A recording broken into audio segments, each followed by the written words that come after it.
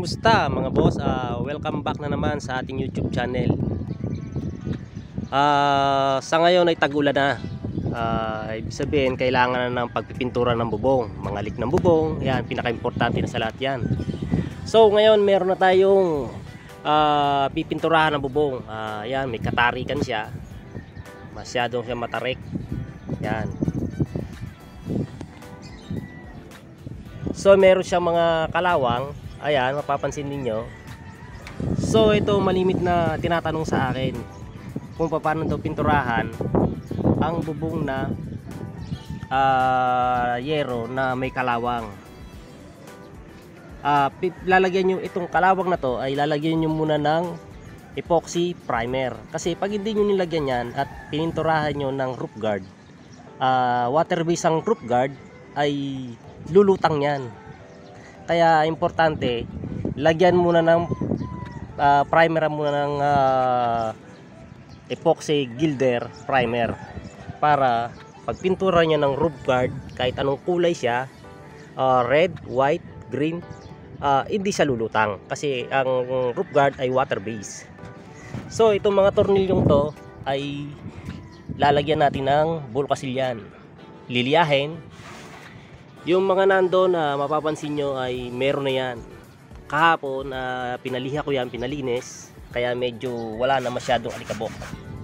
Kahapon medyo marami siyang alikabok, umulan, kaya at least medyo maganda-ganda na. Mag-aantay lang tayo ng panahon na para hindi matunaw yung ating pintura. So ayan, mapapansin nyo meron tayong agdanan. Kailangan na kailangan yan. Ayan, lubid. Sa tarik nito, ito ang pinaka-technique na kailangan na gamitin kasi kailangan natin ng safety din sa katawan. Baka tayo mahulog, madisgrasya, awa-awa naman niya at pamilya. So ayan, may katarikan po siya.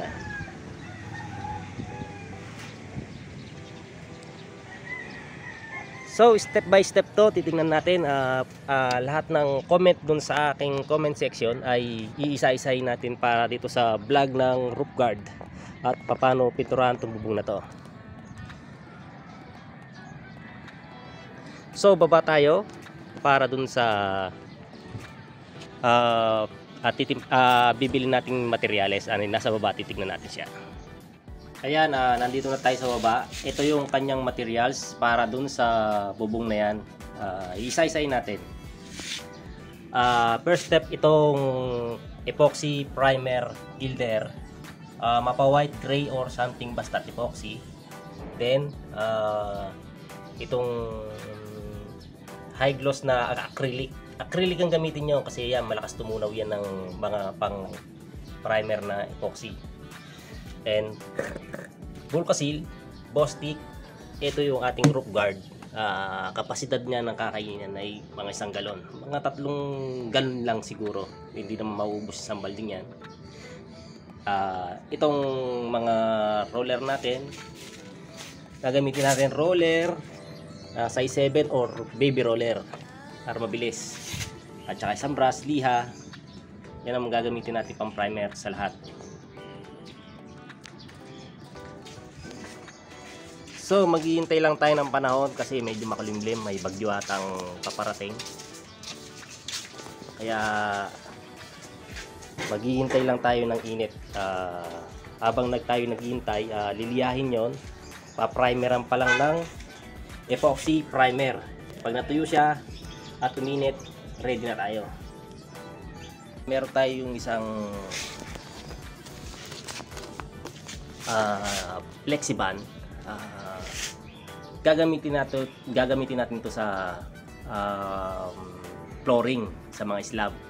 Meron tayong isang nagpapagawa sa akin natin sa kabila. Gagamitin natin yan. Ang boys and flexiband na to ay step by step din. Pakikita natin paano gamitin para sa mga leak ng slab. So ayan, sa mga nabanggit ko, kahit isa man lang dito, boys and roof guard, stick, Bulkasil, baka naman sa mga nabanggit, baka naman sa inyo, baka pwede. Ayan, gumanda na yung panahon. Pinaliliha ko na sa kanila. Pagkaliha, pupunasan ng basahan. At mamaya akitin natin. I-apply natin yung sa mga kalawang yung ano, epoxy primer, gilder.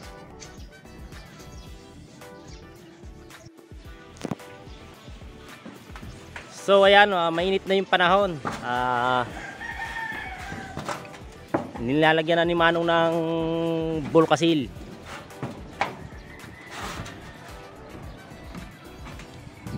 So ayan, lahat ng tornilyo lalagyan ng Volcasil. Ayan. Sa lahat ng nag-comment sa aking comment section, ayan na po yung inyong request. Pag-paint ng bubong,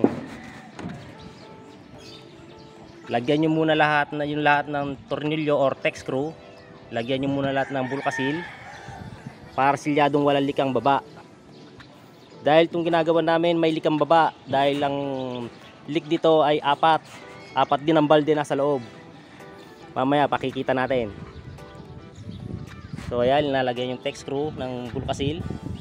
Lihado na po yan.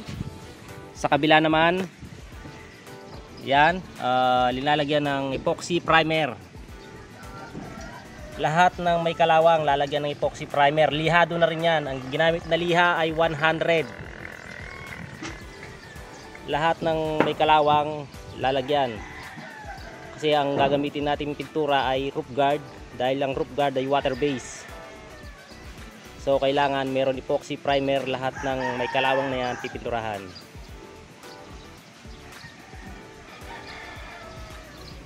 Para pag tap ng roof guard hindi sa lulutang. So ayan, yung dalawa. Pinaprimeran na nila. Lahat dyan pa-primeran muna para at least maging okay at safe yung yero. Hindi na tayo mapapaya sa may-ari. Dahil malapit lang tayo dito lang tayo nakatira. Baka tayo dadaan, nakatuho tayo, hindi tayo nakatunghay.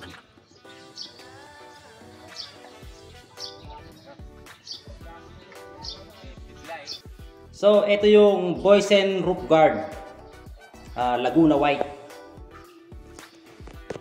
Lalagyan siya ng tubig kasi medyo malapot. Yan, tubig po talaga yung nilalagay. Oh. Tapos haluin.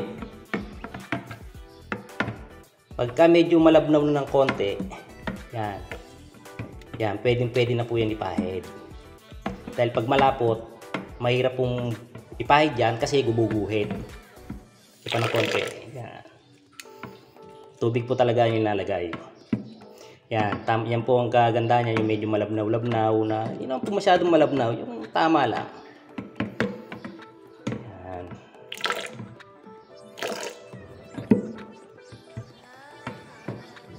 So yan, ready na siya.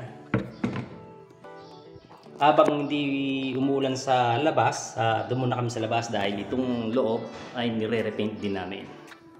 So yan, tapos na naman kami. Linis na lang sa baba. So yan.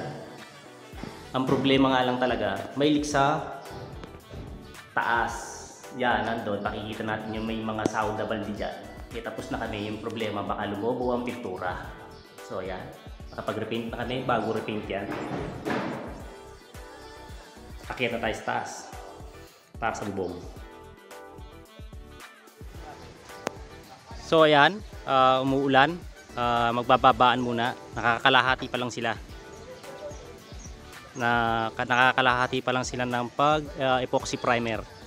Epoxy primer pa lang ang linalagay natin. Kailangan nila bumaba dahil madulas, umuulan. At papasok sa loob. Magagawa naman doon sa loob dahil meron pa repairing sa loob.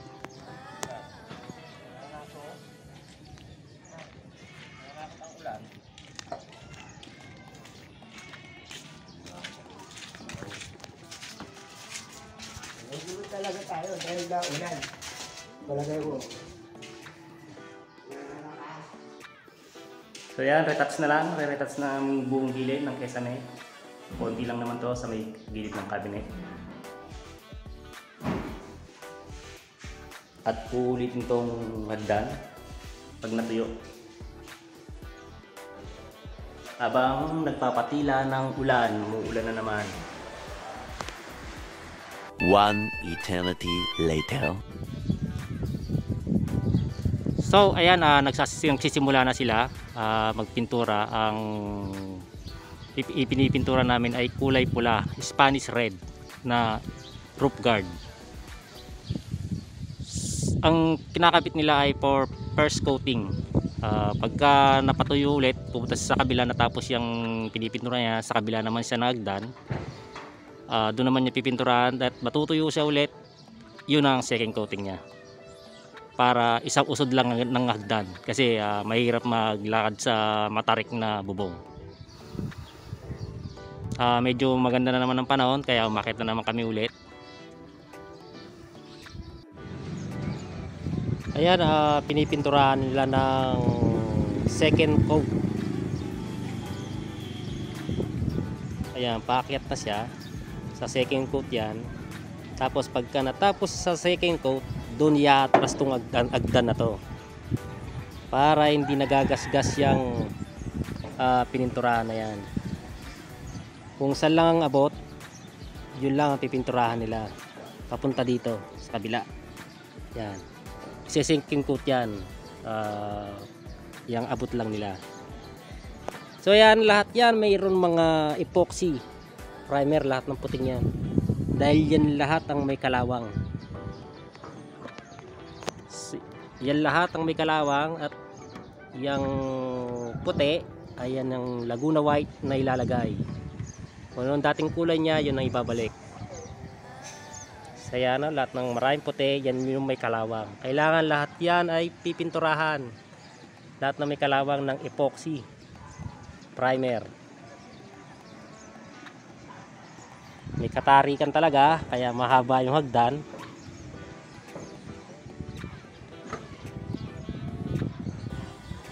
Yan. Almost 3 days matatapos to. Webis ngayon, Sabado. Okay na to.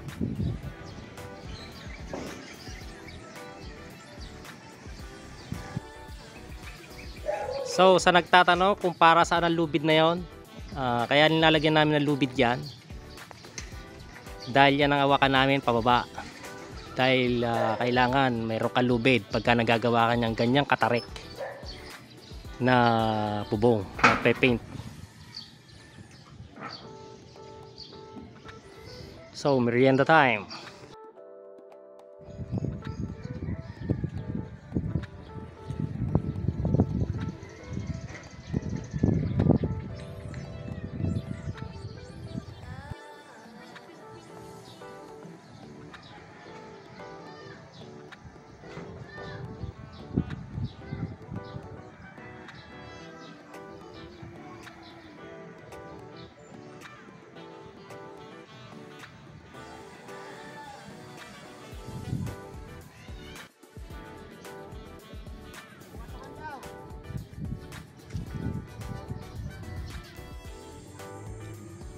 Ayan, pang second day natin to.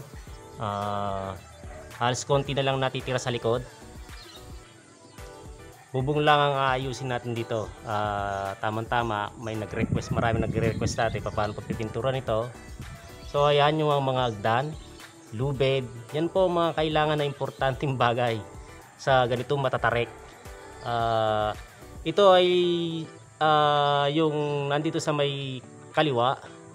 First coat lang yan. Pagkatuyo-tuyo ng konti, siya second coat na. Kaya yung ano niya, medyo makintab na siya kasi hindi siya nagagasgas ng hagdan. Kaya usod-usod lang ng konti. Ngayon, babaklasin yung hagdan na yan, dyan na babaklasin yan. Ilulubid na yan. Lubid na magdadala sa tao. Ihilayin niya na siya lang ng lubid, tapos may magbababa sa kanya. Bali, dalawa sila, pababa, para hindi magasgas yung pintura. Punta tayo sa kabila. Dun sila. So ayan, nandiyan sila sa kabila ng first coat. Pag natuyo yan, doon naman sa kabila tuyo na yan, yun naman yung sa second coat nila. Pababa sila doon sa may scaffolding. Yan, dyan sila bababa mamaya. Ayan, konti na lang, malapit na siya matapos. Laguna White na lang ang nilalagay nila para sa gutter at flashing. Dalawang coating yan. Ang red niyan, red Spanish red. Dalawang coating din ang Laguna White. Roof guard ang ginamit, boys and. Ayan, naka first coating na yung puti, Laguna White na yan, roof guard. Inuulit na nila sa second coat. Lahat yan ay laging second coat para maganda, matibay, magtatagal ang pintura. So ayan, tapos na yung ano natin, matatapos na pagka second coat niya. Titingnan natin sa likod.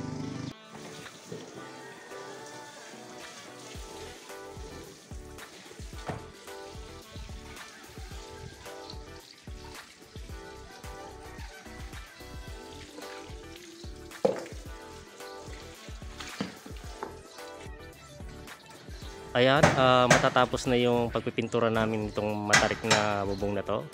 Ulitin ko lang sa inyo, ang step by step na to, inumpisan namin sa pagliha ng mga kalawang at mga tech screw, linagyan ng Bulkasil. Then pinrimer ng epoxy primer. Then kinabitan natin ng Spanish red first coating, tapos second coating. Pero huwag kalilimutan gumawa ng hagdan, lubid for safety. Ayan, then kaya yung Laguna White din natin, ginamitin natin ng Laguna White as first, second coating. Iba pa rin po yung dalawang coating para matibay. So ayan, hanggang dito na lang yung ating vlog. Kailangan nyo mapanood to step by step. Kung may natutunan kayo, please like and subscribe. Maraming pong salamat.